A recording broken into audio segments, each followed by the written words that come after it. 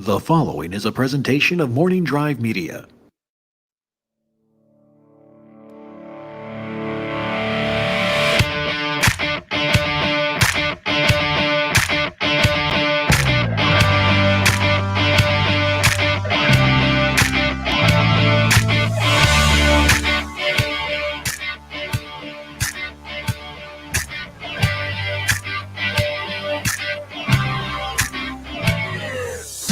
Broadcasting from beautiful Burbank, California, this is TNF In Session, episode 15, a show recorded live with the help of those in my Patreon page and audience. Take some questions, interact with them live in the chat, and maybe even hear and see their faces in the stream. We also rebroadcast this episode a little bit later right here on YouTube. Hello, everybody. It is me. It's Cat Napzok, and I'm so happy to be here on another edition of TNF In Session. Who is live in the street? We got Pete Rich. We call him Peach around these parts. Lauren Romo, greetings.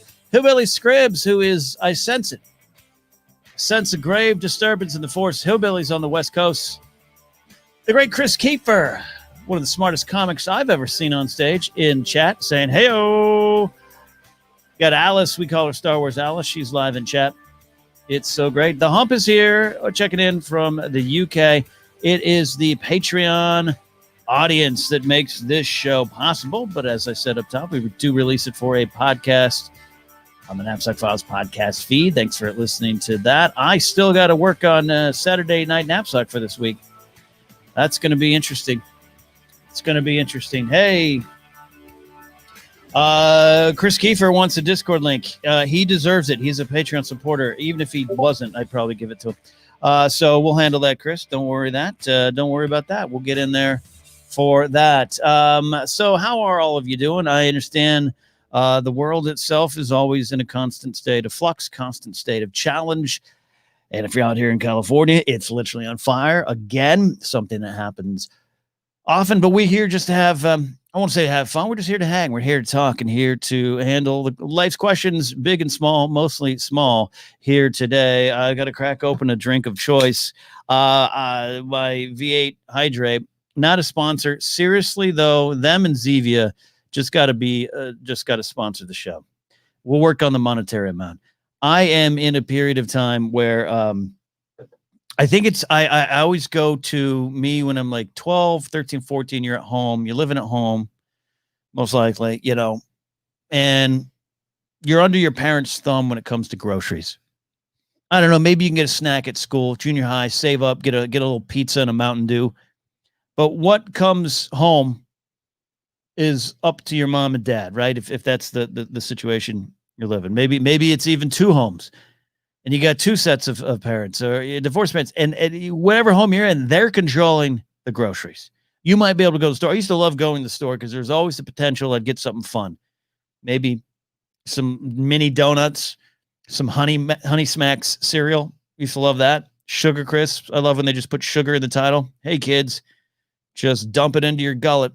Sugar. It's crispy and it's sweet and it's tasty. You'll love it.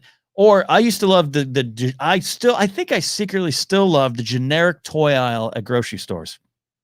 Is this just me? I love getting the shave kits. I get them often. And as you can tell with my beard, I don't shave my face that much anymore.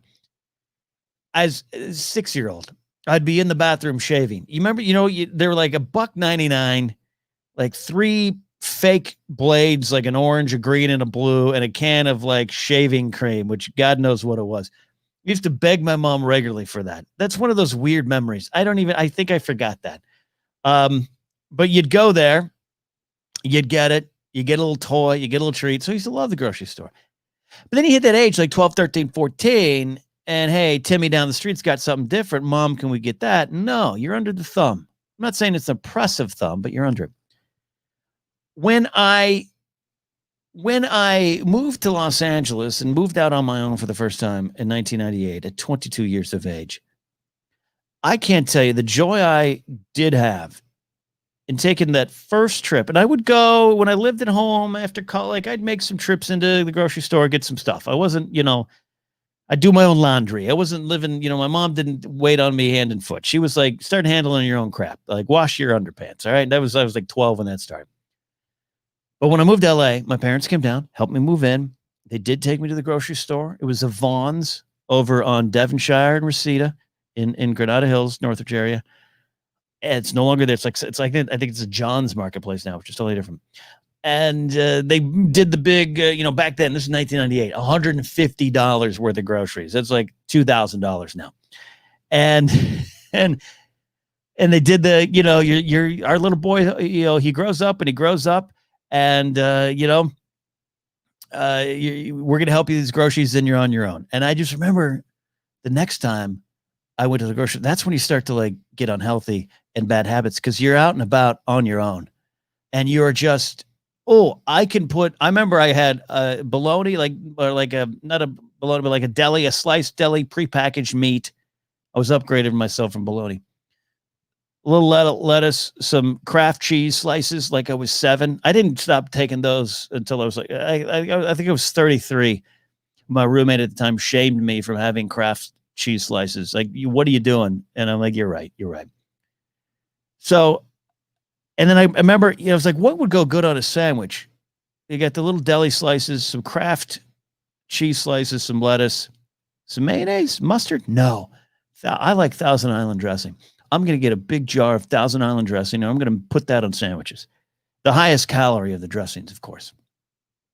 Here I am, 22, September of 1998. I'm cut adrift in this city, working at a movie theater at the time. I hadn't even started the security job. I was working at the Man 9 Granada Hills Theater, which eventually became like Pacific Theater's affiliate or something like that. The theater's still there. I don't know. I haven't been there for years. Cleaning theaters, taking the leftover hot dogs home at the end of the night. And just remembering I'm having Thousand Island on my sandwiches because I'm on my own. I'm a big boy now. And that excitement still goes on. Oh, live in chat. Oh, old handsaw's here. I got a name. Live in chat, Lauren Romo says, I have Kraft cheese slices right now. That's what happens when you live in Detroit. Lauren, come on. I'm teasing you about Detroit, or am I? It's time to ditch the Kraft cheese slices, Lauren. Let's make a movement on the Discord page. And if you're listening to the program and you're not tied into the Discord page and the Patreon page, all understood. Don't feel a need. But I'd like you all to join, at least for a month, so we can go into the Discord and start a hashtag that's just local to our Discord called Ditch the Slices Lauren. And we'll try to get Lauren to get some actual blocks of cheese and slice and dice and grate. And that will be what we're going to do. Right, Lauren? You agree to that? Do you agree to those terms? That's my goal. But before the end of 2020, no Kraft cheese slices. Now, they're great. I don't know what they are. They probably count as a vegan option because I don't think there's cheese in them, any kind of dairy. Anyways, the point of the story is I take my sip of my drink. I'm not just rambling here. I mean, I'm rambling. That feeling I felt in 1998, where I had not all the room, because I had 3 roommates at the time, but I had room in the house, room in the fridge, room in the cupboards, not a lot of money, but no one telling me what I could or could not get. That's a dangerous thing. That kind of power is addictive, and that kind of power is problems. I mean, this is the theme of the world right now. Sometimes too much power is a problem. Sometimes power itself is a problem. And I had too much power when I go to the grocery store at 22. I'm like that right now. Same situation. I don't have an unlimited budget for groceries. Who does? Jeff Bezos. I bet even Jeff Bezos goes to Whole Foods owned by Amazon. Who are we kidding? He has a team of like shoppers. I bet he is even like, get me all the Cheez-Its in the world because no one's going to tell me no. I've bought off everyone who would tell me no Cheez-Its. That's where I'm at in my life with these V8 hydrates. I am buying them by the carton full.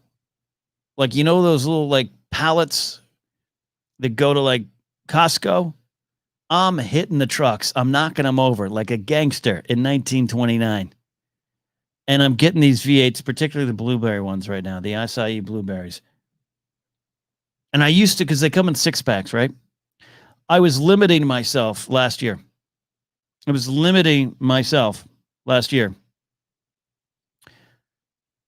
To say, like, all of one a day. 6-pack would last me 6 days by that logic, by that math.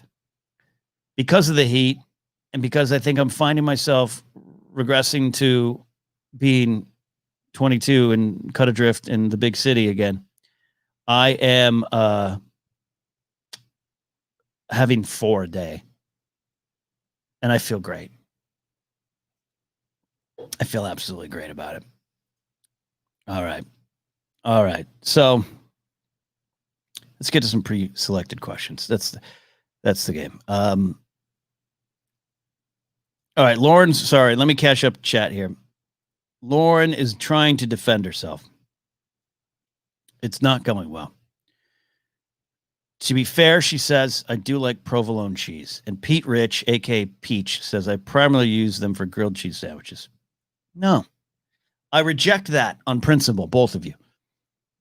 Get a block of Gouda, smoked Gouda. Got it, in my fridge right now. Grace doesn't do the cheese too much, but we let some sneak in. I'm okay with it a little bit right now, but it's changed. The going veggie and vegan thing, for the most part, I'll tell you, I don't snore anymore. Look it up. I don't know how or why. I have a stand-up bit about how bad I snore and how I've knocked pictures off the wall. I can't really tell that joke anymore with honesty because I stopped snoring. It's crazy. But I'll still allow some of the cheese. Get a block of smoked Gouda, slice it, maybe dice it. Come on, Peach. V8 blueberry pomegranate is great. Trey T is here. He says, I'm in here in time for the cheese talk. Yes, you are. I'm kidding all of you. I love you. One of our faithful listeners and viewers, Hillbilly Scribs, he's in SoCal. And my life it's a busy week. I'm trying to see if I can safely and socially distant try to say hi to Scribs, because he's just a hero. And I haven't met him before, so I know he's not completely crazy. He is... He asks, I've been buying up jugs of purified water and distilled water from the baby aisle. Does that make me a bad person? Oh, no. No, that just makes you smart. Babies don't need them. They don't know the difference. Put some tap water in a bottle. Call it a day. Scribs is out here in SoCal, and he's staying in a neck of the woods. It's in the San Fernando Valley. Well, it's a bit away from me. But not horrible, but like with traffic, it could be an hour. And he asked me in a Discord message the other day, he goes, what are the sights I got to see around here? And that's a good, I'm not counting that as a prepared question for today's episode of TNF in Session. But I will say, I thought I didn't give him an answer. I apologize, Scribs. I haven't given you an answer. I don't know what to say to someone visiting Los Angeles. There's a lot of things to see and do here. Just take the lockdown and put it aside. We're not worried about that. There's the hikes. There's the Griffith Observatory. There's the zoo. It's closed. I'm a member, but I can't go. A lot of those. There's the sites. I mean, do you want to see the Black Dahlia house? I guess maybe. I don't know. Hollywood Highland. That's not, no. But then again, I love going to Times Square when I'm in New York. And I know that's not where you're supposed to go. I know that's not what you're supposed to do. Tourist trap, center of town. No. Hollywood Highland, heart of Hollywood. It's not real Hollywood, but it kind of is. That's my argument for Times Square. I understand it's not real New York, but it's so just a thing that to me it is New York. I think going to seeing the sights in Hollywood is okay. There's just nothing. It's not like going to DC where you're like, well, let's go see James K. Polk's house. Let's go to the theater where Abraham Lincoln was shot. We don't have that. We have, again, you can go to the Manson house. You can go to those sites. So I'm trying to give Scribs an answer. I count that as the first question. You could go, I could give you the Ken Napzok tour. You go to my first apartment in Granada Hills, behind Granada Hills High School. There you go. See her in my car, got graffitied in Hancock Park. You can go to where you're staying, Scribs, if you're listening. To those watching, I apologize for having this one-on-one conversation. Scribs, you could go to the Winnetka Theater, Pacific Theater 20, and see where I bought my ticket for Phantom Menace. I'm not saying you need to go on my life tour, but it might be interesting. Go to the mall where I arrested Henry Hill. Just a suggestion.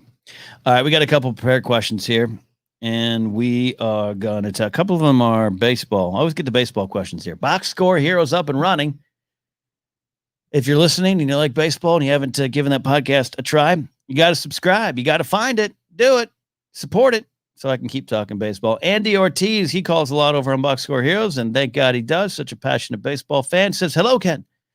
Favorite walk-up song by Yankee player, any other player? Thanks. Have a great day. I don't know this answer, Andy. Walk-up songs in baseball are fun. You walk up. I think it was Paul O'Neill that had Teenage Wasteland. Did Paul O'Neill have Teenage Wasteland? I can type that up. Paul O'Neill, baseball player for the Yankees, Teenage Wasteland. Did he have that? Some Yankee had that. No, it's Bob O'Reilly. I mean, that's the name of the song. Sorry. I'm a Who fan. I messed. Teenage Wasteland, Bob O'Reilly. Okay. Yeah, I'm good with that. That's my answer. I'm accepting that one, even though I'm embarrassed to say I kind of messed up that title for a second. Woo. I guess I'm not the Who fan I thought I was. I like that, Andy. But the problem is I don't see a lot of games. Like I don't see a lot of games in person anymore, so I don't know who's walking up out there. I do like it though. I like that at some point they decided baseball players need entrance music like wrestling. We all need entrance music. This is mine, an old one. This is the Majestic March of Tex Tunney. This is what I walk to the ring to.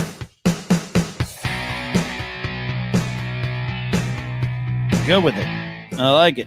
We all need entrance music because if you enter a room, particularly if you enter a party, here's the serious life advice for the day. If you enter a party and you have a little bit of social anxiety, and I do, I'm not great at parties. I have a reputation for being kind of a silent, grumpy a-hole. I'm not an a-hole. I'm silent. I'm grumpy. I have social anxiety. I just don't feel like I should talk. I don't feel like people should listen to me. Microphones are different. I can control this. The live chat scares me a little bit. So I don't go too much on YouTube or Twitch, just being live, answering questions and stuff, But the life advice. Oh God, I just forgot. That's how good the life advice. Oh, social anxiety, entrance music. If you got social anxiety and you're going to a party, put a song in your head. And you are going to walk in just with 10 times the confidence, 10 times the purpose. Maybe to start it out, you need to put some ear pods in and play it. And I have different versions. There's other songs I like. I can do some wrestling ones. Triple H's Time to Play the Game, which is Motorhead. Brock Lesnar's theme. Next next big thing, whatever it is. Boom, boom, boom, boom, boom. Or some Star Wars music. Get your entrance song. And yeah, Lauren is saying it's a good daily Discord question. What would your walk-up song be? I might have to. Tomorrow, Lauren, maybe you and I put that in together. It's a co-sponsored daily Discord. Every day, Monday through Friday, unless I get super busy, we do a daily Discord, a thought starter, a question, and we have a conversation around it. Join the Patreon page. Go to the Discord page. Question coming in live from Trey. Definitely not Trey, except that it is. He says, Ken, my wife has a big birthday. Ends in a 0. 30 was big. What's a great gift to give? Trey, you have a child, right? How many dogs or cats? I can't remember. I'm not sure. Trey, I think you need to give your wife the gift of going away from you all. I think she needs a day spa. Maybe it's just a Saturday. She loves you. She loves her family. She loves having you all around. All right, so one kid, no pet. All right, maybe you need to get her pet. And I'm saying give her the gift of you not being around, Trey. I think that's how love grows the best, when you're not around each other all the time. So I think for this birthday, Trey, you go, honey, for 3-4 hours, get out of here. Get out of here. She comes home, maybe you have a meal prepared. More importantly, maybe you've done all the chores, cleaned the house a little bit. I'm not saying that she's the only one that does that. I don't know how your house works. Most likely that's probably the case, for better or worse. Whatever. I don't care if she changes the oil in your cars and you wash the dishes, or you wash this, or you share the load, whatever it is. Not trying to genderize chores at home, but whatever it is, Trey, that she does most, take it off her back that day. Right? Trey says, I am abrasive. She could use a break for me. Love grows where my rosemary goes, and Trey stays away. Listen to me spin those tunes on WLDJ. Get her some cheese, says Old Handsaw. And then Humphreys, the hump, checks in. I hear smoked Gouda is nice. It's nice. Smoked Gouda is my favorite cheese next to a good sharp cheddar. I've had almost no problem giving up meat. Cheese is the problem. Scrib says she might like a map of the Napzok spots in LA. I should make that and make it a Patreon perk. You get a map of my LA existence. There's a lot to them. Pete Rich asks, we call him Peach, as I say, because that's what I named him on Box Score Heroes. He says, feel free not to answer this. Feel free to not answer this if you don't want to, or feel uncomfortable speaking about it briefly. Having mentioned it in the Boardroom channel, it got him thinking. With Joe Rogan leaving LA, how do you think it will affect the comedy scene in the area? This is assuming we get back to non-COVID situations. And I'm not implying that Joe Rogan is the figurehead of comedy in that city, but him leaving has to have some sort of impact, does it not? So we're sticking with Peach Trey. Yeah, Joe Rogan's moving out. A lot of people moving out. I got some friends. I can't reveal it. I can't reveal it. Some friends who've been here a long time, decades. Gone. Left LA. What I think has happened is, regardless of why you want to leave California, some people just want to leave because of the politics, the taxes, and all this, which, are all valid in your own life, in your own way. And how they're handling COVID, and some it's too stringent, it's not stringent, whatever. It doesn't matter. I think what has happened is we've all gotten a chance to press pause. And when you press pause, you see what you really need. You see what you really miss. You see how you can do things going forward. Mind you, it's been tough. So a lot of people have lost jobs. Their businesses have closed. I'm not saying any of this is good. I keep saying I'd trade all this personal insight for there not being a COVID-related lockdown and pandemic and quarantine. I'd gladly give up any insight I've learned over the last couple months to have this never happen. But it's happened, and we are where we are. You got to deal with that. So I'm seeing people I know. It's not just Joe Rogan. And I'll get back to the comedy scene question. People are saying, I don't need to be here. For some people, you could actually leave. Voiceover people don't need to be in LA anymore. Big time voiceover people have been leaving LA for a long time. You might need to come out for a meeting. You might need to be out for a rare in-person audition for a big project. But most of them, you don't. I got on audition today. I'm starting to try to do a little VO stuff. I'm not great at it. I haven't booked anything, but that's stinking thinking. But I got an email. I got one today. I'm going to do it here. I could be anywhere. They're not saying I got to come in. So that's already been the case. But now, because of the lockdown, if you podcast and broadcast or even act, you could maybe discover that you can do it at other spots. Acting's a little tougher right now, but already Vancouver and Atlanta and other spots have been more hotbeds of acting. So people are moving and finding that they don't miss it or finding that they don't need to be out here. I always go to the story. It's a baseball story. When the 1994 baseball strike hit and the season ended in August and no World Series and all that stuff, one of my favorite players, a guy named Kevin Seitzer, started with the Royals, went to the A's, I think for a while with the Brewers. He retired shortly thereafter and retired relatively young for baseball. And I remember his conversation point about it was, when the strike hit and I had no choice but to go home and not have baseball in my life, I found that I didn't miss it, or I didn't miss it as much. I found that my family was my focus. I found new focuses, and I found a life outside of it. Now, I think he eventually would become a hitting coach and stuff, but as a player, he didn't need it, and he was able to walk away. I think this is causing that. As far as comedy, correct. Joe Rogan is not the figurehead of comedy, but he is a mainstay at the Comedy Store. But certain comics go there, certain comics go other spots. But a lot of folks, comedy. One of my friends is moving, and he is a comic, but he doesn't do a lot of shows around LA. Those are workout rooms. Rarely are there big giant shows in Los Angeles. Crowds just a little apathetic for that kind of stuff in LA.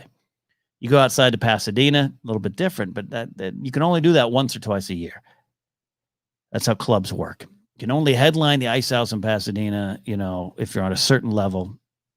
If you're mid-level or so, you can only do that once or twice a year because the club's like, you're not going to draw every week. If you're a big star, different.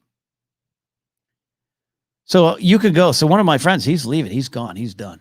He's out because he knows he can still do comedy wherever he goes. And if he wants to, if there's something big, he can fly back to LA. So I think with the Rogan thing, it will start to affect it. I think once the shows get back up and running, Comedy Store and everything, I think there'll be less people around for a bit. There'll be a new influx of people. You're always going to feel the need. I think this is where you need to be. If you're a screenwriter, you need to be here. If you're a movie maker, film producer, you need to be here. There's a lot of things in our industry, my industry, that need to happen here. But some of those things, I keep joking. I keep joking about the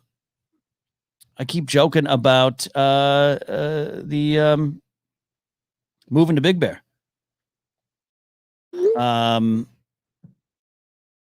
Because I know that now I could do literally everything I am doing that I make my money off. I don't have to be here, but I like being here. So that's it. All right. I've got to send a work text here. That's that. All right. Good question, Pete. As far as the comedy scene, we'll see some lingering effects.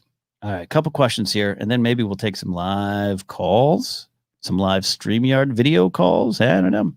Jason Humphreys, the Hump over in the UK, says, excluding SNL, what TV show would you have liked to be a writer on? Have you ever thought about flexing your creative muscles with drama instead of comedy? Yeah, that's a great question. Sorry, someone's in my studio. What are you doing?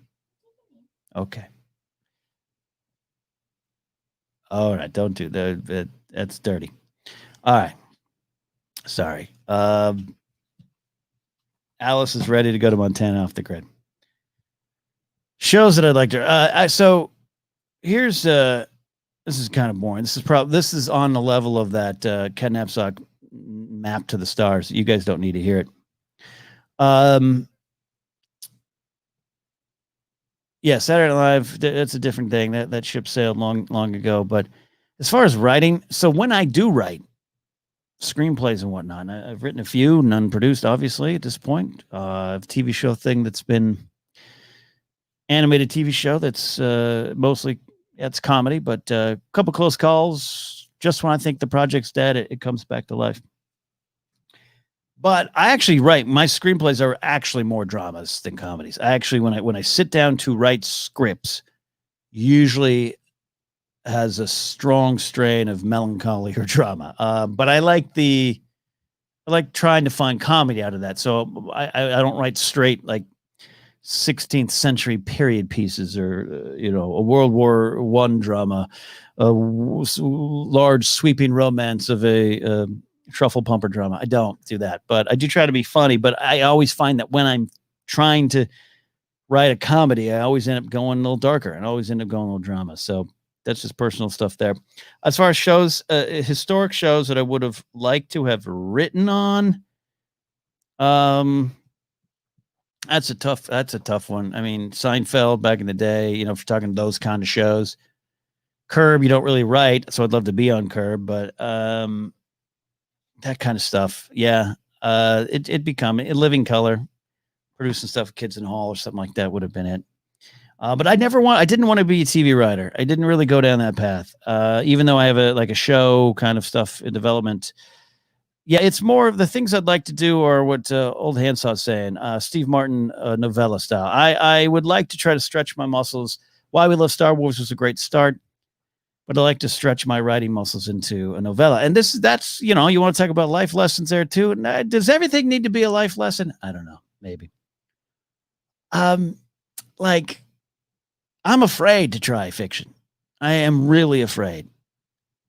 And I think I need to push myself in that direction. That's something that I'm thinking about. And I always, because Pleasure My Company, Shop Girl, two of my favorite novellas. And I've always looked at a novella and thought, that's less daunting than the great American novel. So maybe that'd be more it. But great question, huh? Saturday Night Live would have been the spot. Saturday Night Live would have been the spot. I did, when I was 20, I did send a writing sample package to Late Show with David Letterman. Did get rejected. I kept the rejection letter for a while. I was too young. I hadn't even moved to LA yet. Working in radio and and then I never followed up, never pursued it. I could have. They were just kind of like, cool, great, come back a little bit later. I just never did. That's on me. Final prepared question, then I think we'll jump into some stuff here. Evan Osborne Lomax writes, hey, Ken, all of your listeners know how much you love the Yankees. I do. I'm a fan like yourself, but also I grew up around another dynasty in the late 90s to mid-2000s. I love my home state, New Jersey Devils, is one of the few things that surpasses my love, the Yankees. I grew up with the Devils as a perennial Stanley Cup favorite. Watched them hoist the cup 3 times before the day It got me wondering if you can follow the NHL at all, and if I have a favorite hockey team. I did follow hockey a lot in the mid 90s.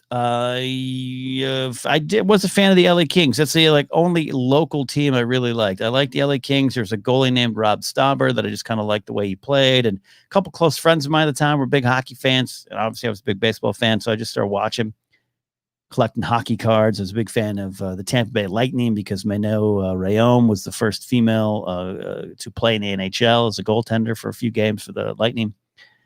And I collected all her cards and everything. And so, yeah, I used to watch hockey every night. I used to watch it. And I was a Kings fan. That was the mid 90s, man. It was crazy time. Jaromir Jagr, Mario Lemieux, all that kind of, the Gretzky was still playing. So I do like, it's a great, I've gone to a few Kings games and I do want to go to Kings games again. And I've been to a Ducks game. I have an old friend of mine. I haven't talked to her in a couple of years. She just recently got married. Name's Carla. She is kind of famous in a small circle down there in Anaheim. She is a big Anaheim Ducks fan, the hockey team there, and she'll go to the games. I'll have to go to her Twitter page and see if she's got more notoriety. She is known for screaming, "Let's go Ducks." That's it. No more, no less. And she screams it about 4 times a game or so. Got to preserve the voice. She'll scream it so loud that the players know who she is, that the announcers know who she is. She just kept doing it to the point where people couldn't ignore it anymore. And she sits in generally the same section every time, if I remember. And she said, people around her, some people don't know what's going on there. What's this girl yelling? And she stands up, and it's a thing. And yeah, just normal. She's not like a 7-foot Viking. She's just a normal human woman, and she'll get ready, and then just boom, let's go Ducks, and it echoes through the entire. And it was amazing. And I went to one game. I hung out with her. It was just. She goes, "All right, get ready. I'm going to do it." And people would come up to her, "You're the Duck. You're let's go Ducks." So, anyways, I do like hockey. Fun sport to watch. So we are now going to. I'm going to drop something. I'm going to kill for time a little bit here. If you are on the Patreon page and you have access to the live links, you can go to that right now on the Discord page and jump into the video call, and I will take guests. Yes, a lot of us here in this space love doing this. We love talking to the fans, and through StreamYard we can do it and do it pretty easily. So if there's any takers of the live audience, they can jump in. Some told me they were going to try. Star Wars Alice gets afraid. She's called in when we were taking the calls with the Google Voice number, which I think I actually technically lost. I stopped using it at the point where I lost it.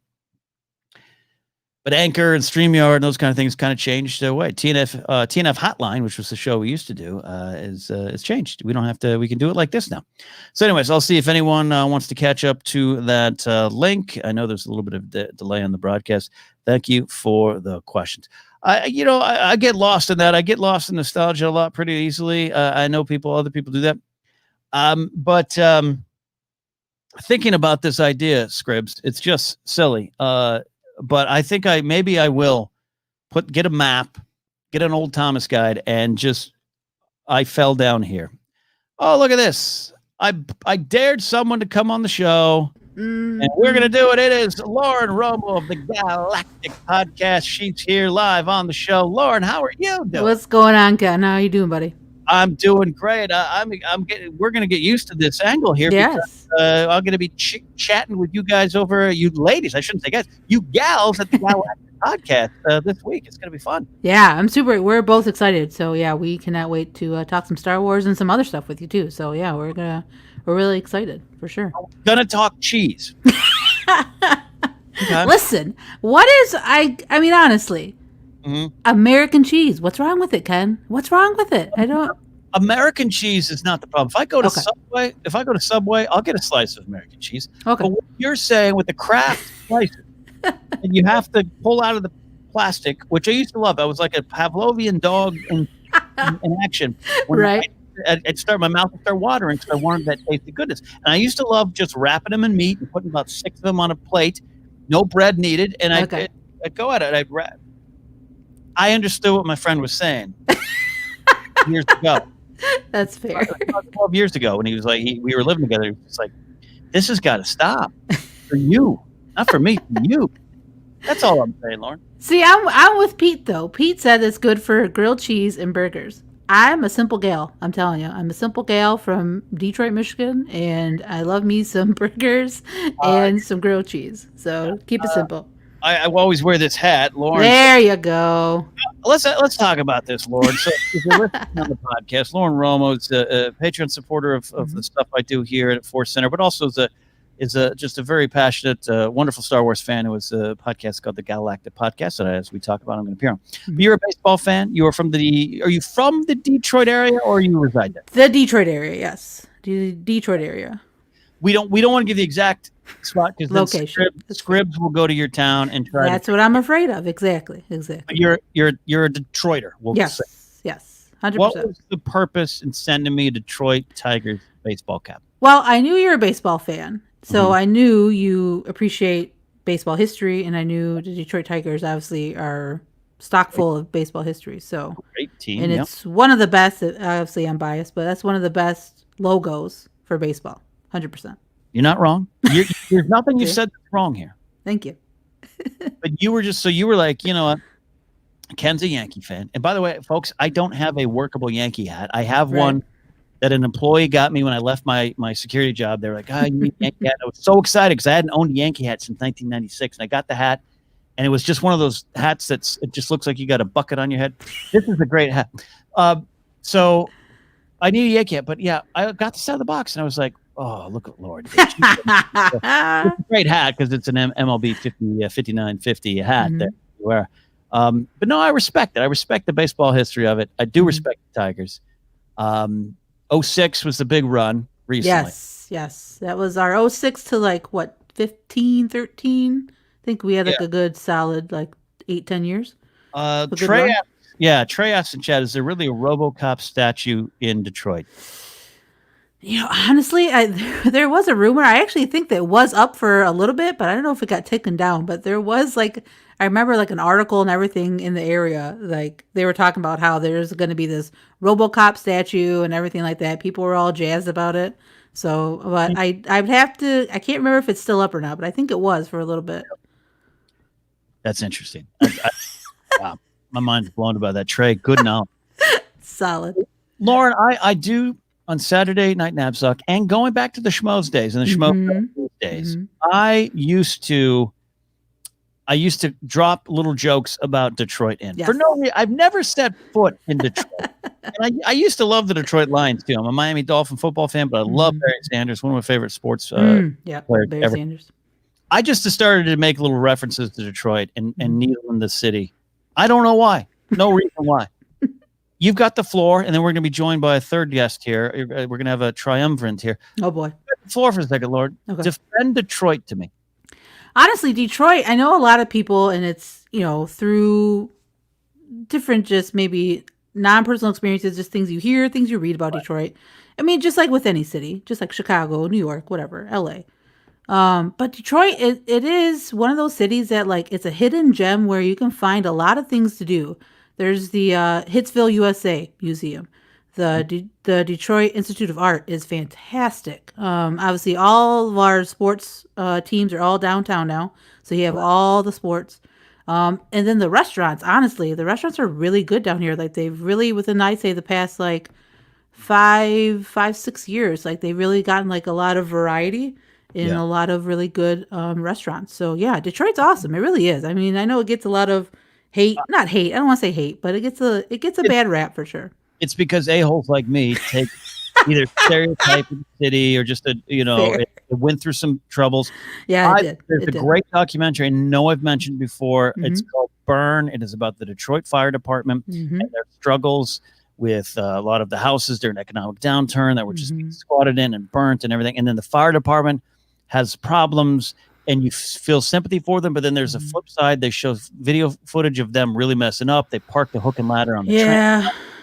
And so just that kind of became my image of Detroit. Not fair. So I love hearing you defend your fair city there, your fair region. And I hope, look, I'll tell you what, I hope Mark Ellis goes and goes comedy Detroit. Thank you. Yes. You need to talk to Ellis and make that happen because I would love that for sure. That'd be awesome. And once we're back doing comedy normal. All right. So Lauren's great. Stick around, Lauren. You're not alone here. We're gonna add a third in here. We got Pete Rich.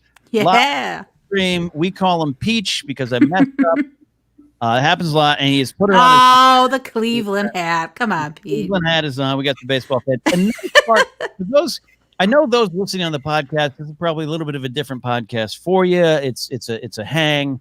It's me rambling, but I love giving back to the people that support what I do with Patreon and everyone. And if you listen and if you like and you share the podcast, that's support. But these are the folks who go the extra mile to connect and support through Patreon and the Discord page. So I love hanging with these wonderful folks. Pete, you've been killing it with some great calls on Box Score Heroes.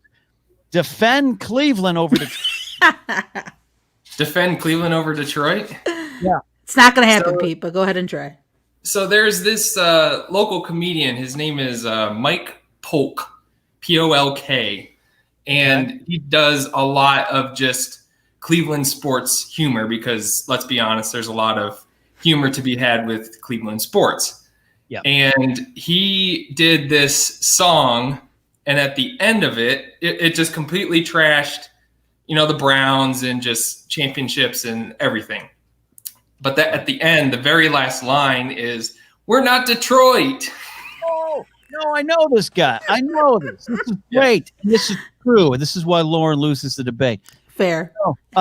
So my good friend and quite frankly, former roommate is a guy named Lou Santini. He was a big DJ in Cleveland for years on WMMS and Rock 107. Yes. And he was born out there, born in Pittsburgh, raised there. Yeah. Mike Polk did some work for WMMS. Yeah, and John Gorman is a legendary radio program director. He's still out there. Has a great book about the Buzzard, which is the radio station. And then my other, through that friend, Lou, one of his other good friends, she was in Cleveland for years and moved out here. So I always hear a lot about Cleveland and how the 90s it had kind of come back. But that song, they'd play ad nauseum in our house. All the time we'd be hearing about that song. But how it ends with, "At least we're not Detroit." We're not Detroit. So that might be where part of the battle started, Lauren. It's that fair. Song.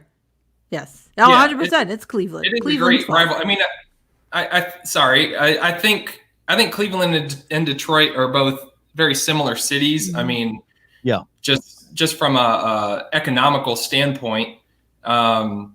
So there's always that kind of battle, and then we're division rivals with baseball. So it's just always such a easy jab at each other. Well, yeah, they're salt of the earth cities to me. And again, having not set foot in either of them, I was supposed to go to Cleveland for something. It didn't happen. They're kind of that salt of the earth city, the Midwest kind of vibe, the hardworking folks who sometimes you get hit. The cities get hit. Economic downturns happen. And I know both times there's been the inner city, maybe downtown area wasn't as good. And then Cleveland, mid-90s, boom, Drew Carey, everyone, Cleveland rocks, man. And then they come back, they get to the World Series. And so that kind of was part of it there. Alice in chat just says, I think because it's funny. Are you talking about Detroit or Peach? For those listening to Pete, you've got a great Darth Vader art piece hanging in the background there. What is that? I painted that.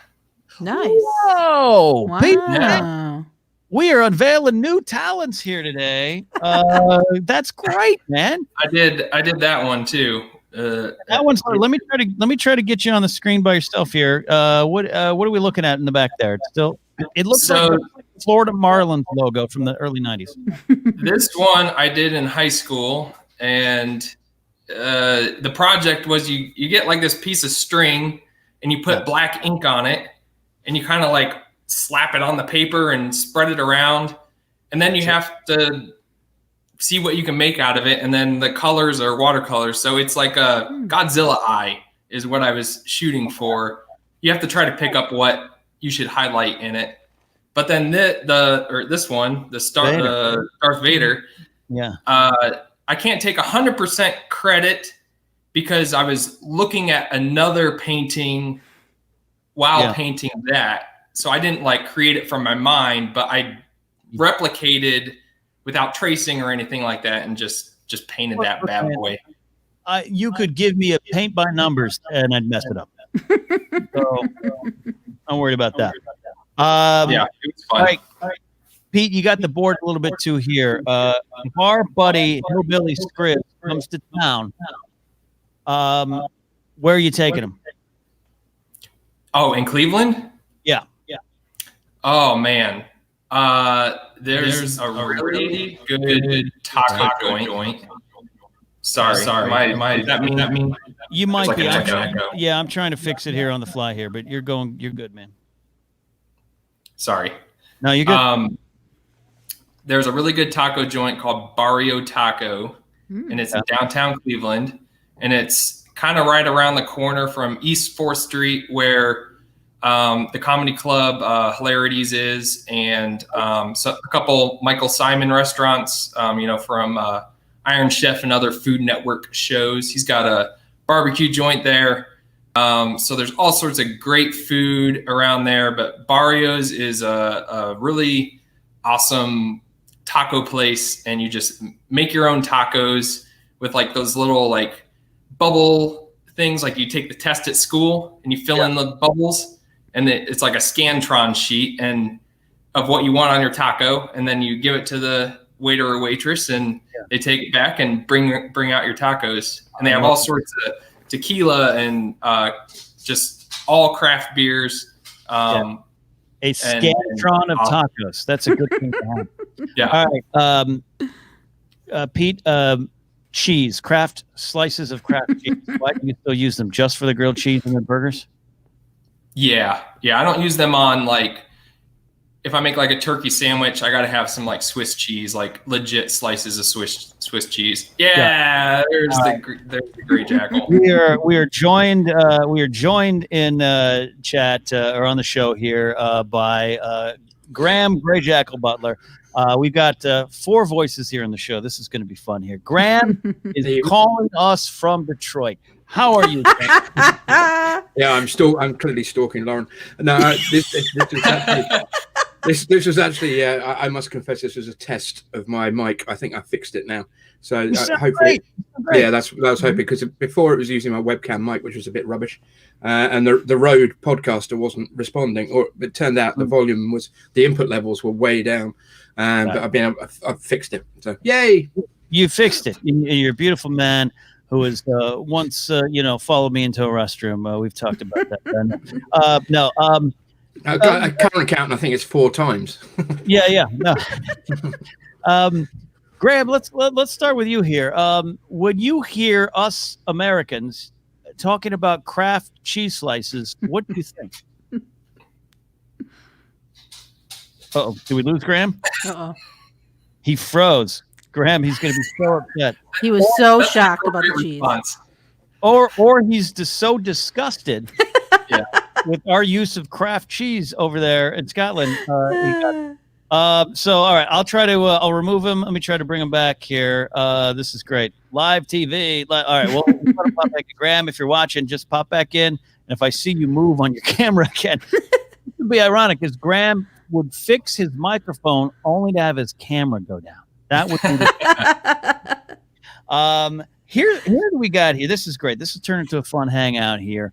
Our friend Hillbilly Scribs is out and about in Southern California. It's been kind of the theme of the episode here.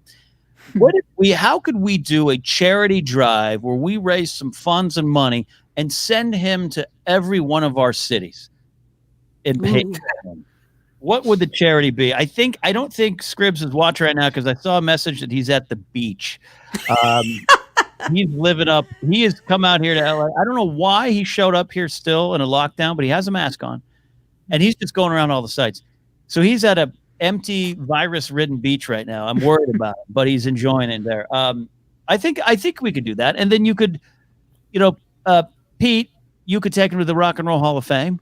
Mm-hmm. Lauren, you could take him to the bus station out of town. Right? I think we could do this. We could definitely do that. I think we can do this. Hoping Graham gets back in here. I'm trying to sell it to Discord, because Graham, he's a sassy one, and I would love to have a conversation with Graham here. Is that there? Moonshine contributions. Oh yeah, Alice, we can do that as well. Cheese freeze is what Old Handsaw is calling it. A few minutes left in the show, so we'll try to get this working out here. But been a lot of fun. Lauren, I want to talk to you, and I was gonna bring this up with Graham so you can join in, and then Pete, feel free to give your thoughts. Maybe you were planning it too. Lauren, this would have been the week that you would have been out here too for Star Wars Celebration Anaheim. Mm-hmm. How you feeling? You heartbroken? Are you okay? Or at least you're like, at least I saved money? A little bit of both. I mean, the money aspect is good, and then but a total bummer though, because I went to Chicago 2019, got to meet you, and that was a lot of fun.